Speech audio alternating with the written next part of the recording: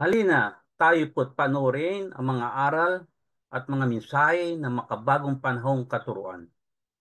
Mga katuruan at aral na nagmula pa sa lumang kaban ng tipan. Mga katuruan, mga hula, mga mensahe na matagal nang kinalimutan ng kasaysayan.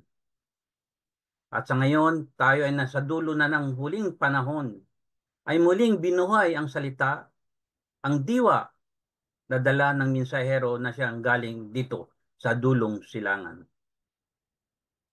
Mga kaalamang lumipas, libo-libong taon na ang mga nakaraan. At ngayon ay muling matutunghayan dala ng mga mensahe ating pag-aaralan.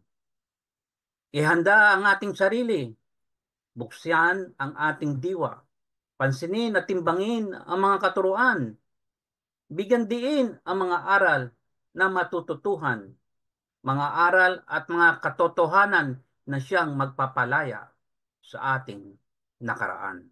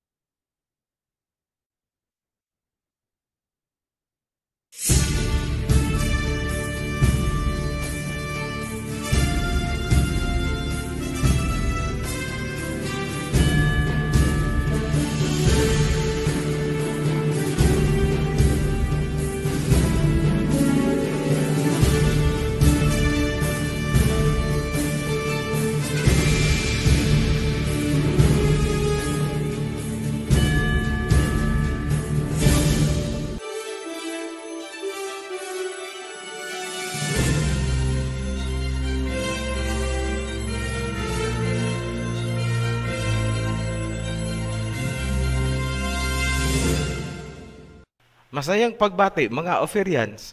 Kung napapansin nyo, gumawa kami ng bagong playlist at pinamagatang The Matrix kung saan natin ilalagay ang mga videos para sa mga time-sensitive events ng prophecies. Ikinagagalak naming dugtungan ang nakaraang video kung saan pinatunayan namin ang mga sumusunod. Number 1, walang rapture na magaganap. Number 2, walang aakyat sa langit upang magpahayahay sa loob ng 1,000 years. Number 3, ang ambisyong akyatin ang langit na trono ng Ama ay isang Luciferian doctrine. Balikan nyo na lang ang video kung hindi pa napapanood. Sa mga new subscribers, lagi naming ipinapayo na panoorin nyo ang The Guide para alam nyo ang tamang sunod-sunod ng panunuorin. Binasa namin ang mga posted comments sa nakaraang video at natawag ang aming pansin sa isang very specific na tanong, kailan daw ba mangyayari ang Great Tribulation para makauwi sila dito sa Pilipinas? Una sa lahat, wala pong ibinigay na specific year sa Biblia, ngunit may mga ibinigay na palatandaan ang Mesaya sa Matthew at ito ang pinag-combine natin sa sinulat ni Prophet Joel at Book of Revelation. I-present namin dito bilang tugon sa katanungan. Tawagin nating signal ang bawat yugto. Ito ang signal number 1, localized tribulations. Matthew chapter 24 verse 8 hanggang 9. All these are the beginning of sorrows. Then shall they deliver you up to be afflicted, and shall kill you, and ye shall be hated by all nations for my name's sake. Kasusuklaman kayo dahil sa aking pangalan. Nangyayari na po ito sa oras na magsimula kang tumangkilik sa tunay na pangalan ng Ama at ng Mesaya. Sino ang mauunang mag-persecute sa iyo? Family at mga kaibigan mo. Sa national level, religious groups. Lahat ay dahil sa pangalan ng Aba Yahweh at Mesaya Yahawashai. Sa verse 10, same chapter, and then shall many lose faith, and shall betray one another, and shall hate one another. Marami ang mawawala ng pananampalataya at kasusuklaman ang isa't isa. Ito ang dapat bantayan ng kawan. Posibleng ang inaakala mong kapatid sa pananampalataya ang mag-betray sa iyo. Nasusulat, mangyayari at nagsisimula na. Verse 11, And many false prophets shall rise and shall deceive many. Marami ang maglalabasang mga bulaang propeta para labanan ang katotohanan. Very true. Kitang-kita nyo ang mga false prophets. Noong lumabas ang OHC at naging popular, biglang nagbago ang mga ina-upload. Biglang gumaya. Nag-ala propeta na. Yan ang nakapaloob sa signal number 1. Dumako tayo sa signal number 2. Matthew chapter 24, verse 15 to 18, King James Version. When you therefore shall see the abomination of desolation spoken of by Daniel the prophet stand in the holy place, whoso readeth, let him understand. Then let them which be in Judea flee into the mountains. Kapag nakita nyo ang abomination of desolation na naitayo na sa holy place or holy land, lumipad na kayo pauwi. Mula mismo sa nasusulat na salita ng Misaya, ang pagkakatayo ng third temple ang pinakatugatog or culmination of blasphemy na gagawin ng mga Gentiles. Luke chapter 21 verse 24, Jerusalem shall be trampled of the Gentiles. Dito mag-aalimpuyo sa galit ang Ama. Ito ang switch ng Armageddon na sinasabi sa Revelation at inihula din ni Prophet Joel sa chapter 3, Book of Joel. Ituloy natin ang salita ng Mesaya, Matthew 24, verse 16 to 18. Then let them which be in Judea flee into the mountains. Let him which is on the housetop not come down to take anything out of his house. Neither let him which is in the field return back to take his clothes. Pakinggan nyo ang magnitude or impact ng instruction ng Messiah para sa mga nasa Judea.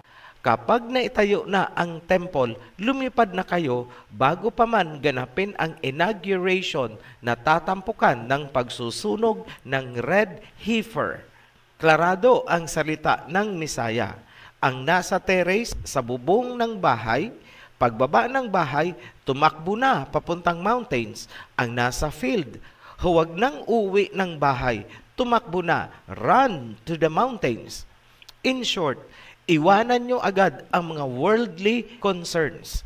Anytime na matapos ang pagtatayo ng temple, papasok ang kasunod na signal, and by this time, cut off ang transportation.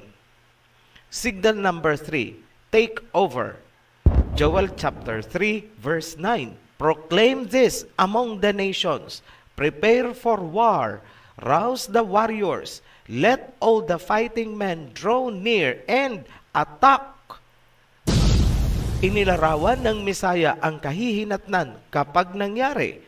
Matthew chapter 24 verse 2. And Yahushua said unto them, See ye not all these things?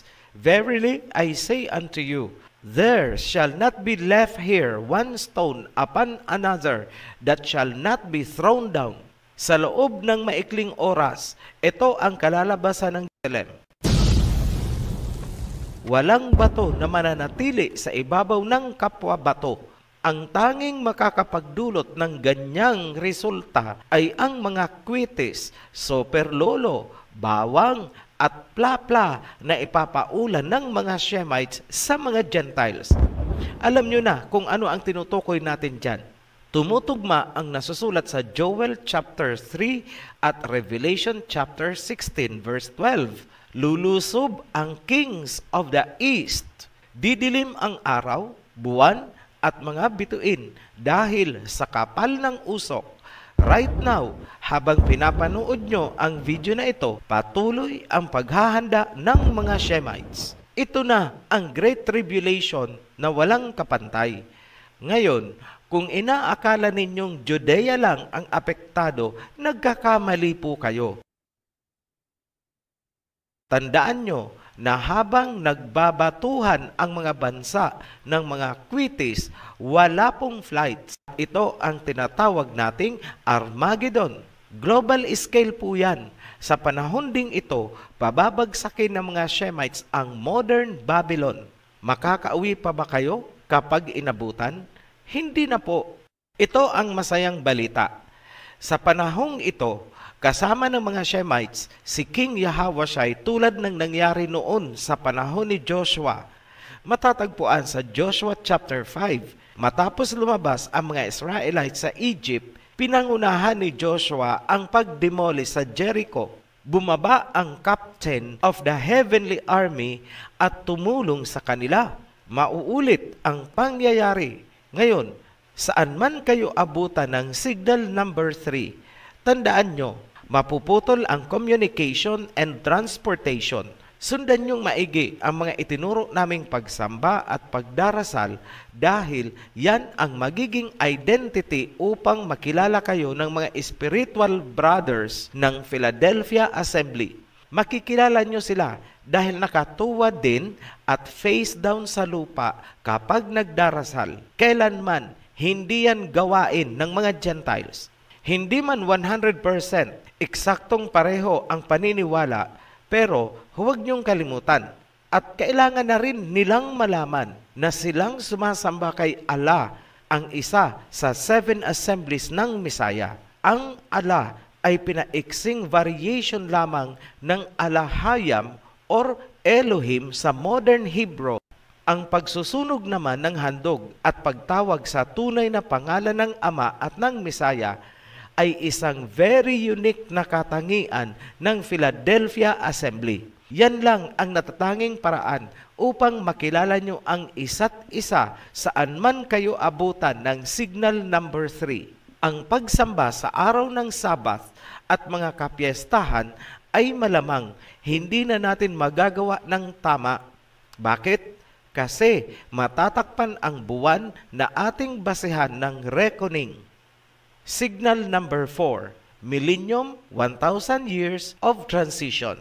Ang Armageddon ay matatapos sa pagkakadakip kay Satanas na igagapos or ikukulong sa bottomless pit. Dito huhupa ang pagbabatuhan ng mga bansa ng Kwitis, Superlolo, Bawang at Plapla. Mawawala ng kapangyarihan ang modern Babylon. Dahil sa pagkakadakip kay Satanas, tatahimik ang mga bansa. Ang pagkakaabalahan nila ngayon ay ang pag-recover dahil sa palitan ng mga Kwitis at Superlolo. Things like that. Everything will be in chaos. Sa panahong ito, iikot si King Yahawashai kasama ang heavenly armies. Pupuntahan ang bawat bansa, east, west, north, and south. Masasaksihan ito, bawat bansa, buong mundo, makikita ng lahat ng tao ang kanyang paglapag mula sa mga ulap, parang eroplano lang na approaching sa mga airport. Ang kaibahan, hindi niya kailangan ang airport at runway. Ano ang purpose ni King Yahawashai sa pag-ikot niya buong mundo kasama ang heavenly armies?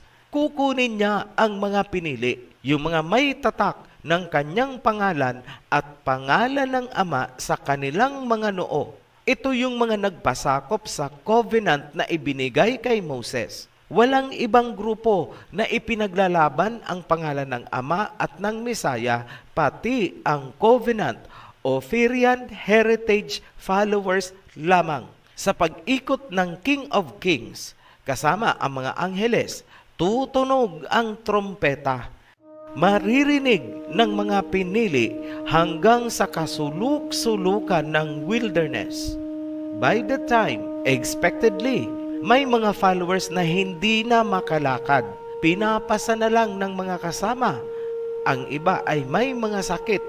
Pero sa oras na marinig nyo ang trompeta, yan ang trumpet of victory.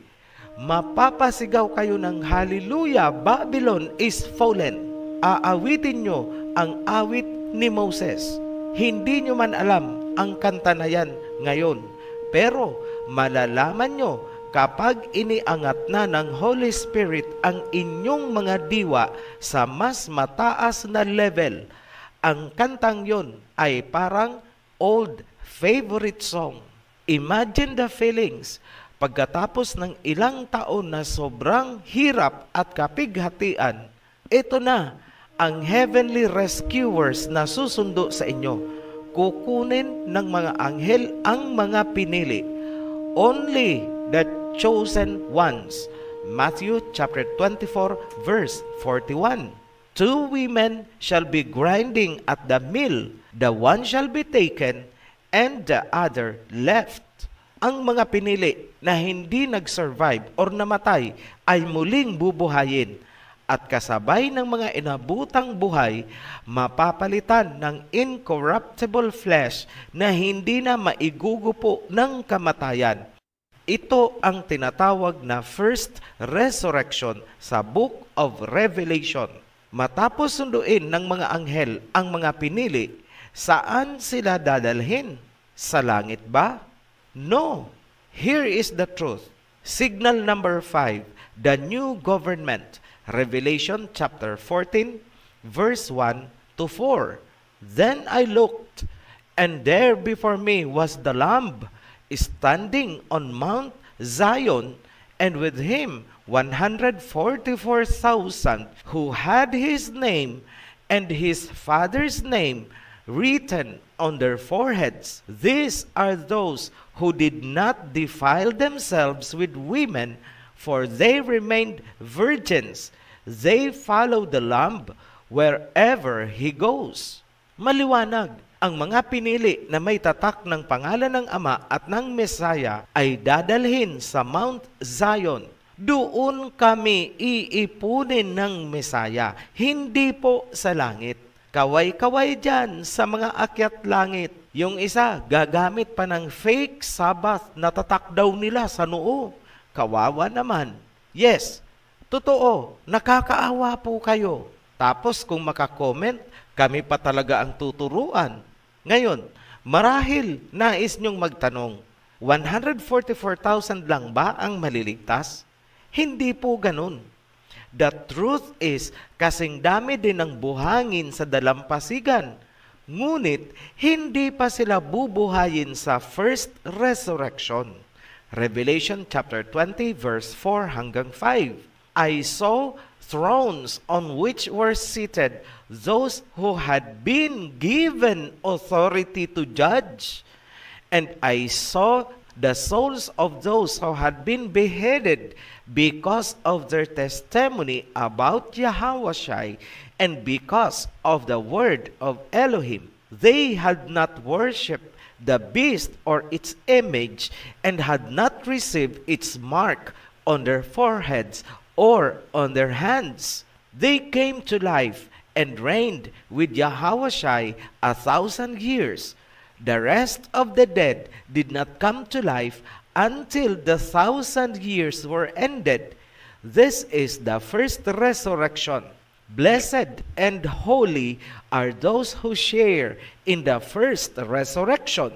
The second death has no power over them, but they will be priests of Elohim and will reign with Yahweh for 1,000 years. Ang bubuhayin lamang sa first resurrection ay ang mga gagawing priests and judges na mag-reign kasabay ni King Yahweh sa loob ng 1,000 years. Ang mga natirang patay, banal man o makasalanan, ay maghihintay sa katapusan ng 1,000 years. Kumbaga, mga key persons muna ang uunahin para sa pag-establish ng new messianic government. Anong klaseng government ang ipapatupad ni King Yahweh? Revelations chapter 19 verse 15. Coming out of his mouth is a sharp sword with which to strike down the nations. He will rule them with an iron scepter. Maliwanag, autocratic government, kamay na bakal, hindi po democratic.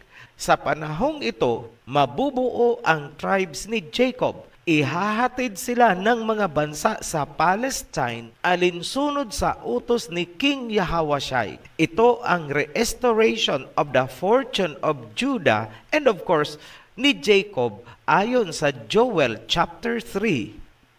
Signal number 6, judgment of Satan. Pagkatapos ng 1,000 years, muling pakakawalan si Satanas at muli niyang tatangkain na linlangin ang mga bansa at muling agawin ang Holy City. Revelation chapter 20 verse 7 to verse 10. When the 1,000 years are over, Satan will be released from his prison and will go out to deceive the nations in the four corners of the earth, Gog and Magog, and to gather them for battle. In number, they are like the sand on the seashore. They marched across the breadth of the earth and surrounded the camp of Elohim's people, the city he loves. But fire came down from heaven and devoured them, and the devil who deceived them was thrown into the lake of burning sulfur, where the beast and the false prophet had been thrown. They will be tormented day and night forever and ever. Iipunin ni Satanas ang mga bansa sa pangunguna ni Gog and Magog. Muli nilang ipaglalaban ang freedom ng mga bansa dahil ang government ni King Yahawashai sa mundo ay autocratic. Pangungunahan ni Gog and Magog ang campaign for independence to liberate humanity and uphold human rights kuno. Maraming bansa ang muling maguguyo. Sasalikupan nila ang Holy City, the seat of government ni King Yahawashai. Ngunit hindi sila magtatagumpay. Pauulanan sila ng ultimatum na tutunaw sa kanila. Si Satanas at ang kanyang propeta ay parurusahan sa burning sulfur forever. Signal number 7, second resurrection and final judgment. Revelation chapter 20 verse 11. Then I saw a great white throne and him who was seated on it. The earth and the heavens fled from his presence, and there was no place for them. Ipinakita ang puting trono at ang nakaupo doon ay isang napakamakapangyarihan, kaya inilarawan na kahit ang lupa at langit ay umiwas sa kanyang presence. Verse 12, and I saw the dead, great and small, standing before the throne, and books were opened. Another book was opened, which is the book of life. The dead were judged according to what they had done, as recorded in the books. At nakita ko ang mga namatay na humarap sa trono, at ang mga libro ay binuksan. At isa pang libro ang binuksan, the book of life. At ang mga patay ay nilitis or sinentensyahan ayon sa kanilang mga gawa na nakarecord sa mga libro. Kung may paglilitis at judgment na gagawin sa sangkatauhan, ibig sabihin may law na gagamitin. Dahil kung walang law na pagbabasihan, walang gaganaping paglilitis at judgment. Patunayan ko na may law na gagamitin sa final judgment kahit lumipas man ang langit at mundo. Matthew chapter 5 verse 18. For truly I say to you, until heaven and earth pass away, not an iota, not a dot will pass from the law until all is accomplished. Ayan malinaw na nasusulat. Lumipas man ang langit at lupa, ni isang guhit o tuldok sa law ay walang mawawala. Binding. At ngayon, sa huling panahon, yan ang gagamitin upang sentensyahan ang mga namatay. Verse 13, the sea gave up the dead that were in it, and death and Hades gave up the dead that were in them.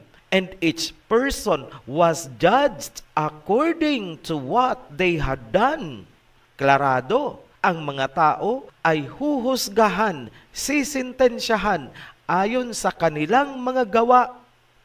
Kumusta mga Paulinian, mga Pablo followers? Nasaan na ang turo ninyo na saved by grace and faith alone ang magliligtas? Harapin nyo ang katotohanan. Lilitisin kayo according to the law. Mga pastor, nakakatulog pa ba kayo ng mahimbing gayong alam nyong marami kayong naipahamak? Sinabihan na namin kayo, si Pablo ay isang Pariseo. Siya ay apostol ng mga hintil. Hindi po tayo hintil. Bakit sunod kayo ng sunod kay Pablo? Verse 14, Then death and Hades were thrown into the lake of fire. The lake of fire is the second death. Anyone whose name was not found written in the book of life was thrown into the lake of fire. Ang mga taong wala sa book of life ang mapupunta sa dagat-dagatang apoy. Ibig sabihin, yung mga nasa book of life ay maliligtas. Common sense. May masayang balita kami para sa mga mapupunta sa dagat-dagatang apoy. May kamatayan po sila. Meron din kaming masayang balita para sa mga bulaang propeta, pastor, tagapagturo. Meron din po kayong everlasting life. Yun nga lang, sa kumukulong asupre. Signal number 8. Pagkatapos ng final judgment, papasok tayo sa era of eternity. Ito na yung new heaven and new earth. Back to Eden. Ang katapusan ng mundo ay nasa simula. Revelation chapter 21, verse 1. Then I saw a new heaven and a new earth, for the first heaven and the first earth had passed away, and there was no longer any sea. Dalawang major event ang magaganap dito. Una, ibababa ang New Jerusalem. Verse 2.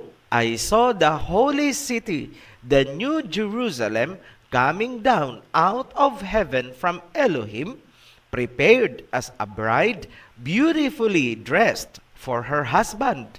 Pangalawa, ilalabas ang tree of life. Revelation chapter 22, verse 1 to 2. Then the angel showed me the river of the water of life, as clear as crystal, flowing from the throne of Elohim and of the Lamb down the middle of the great street of the city.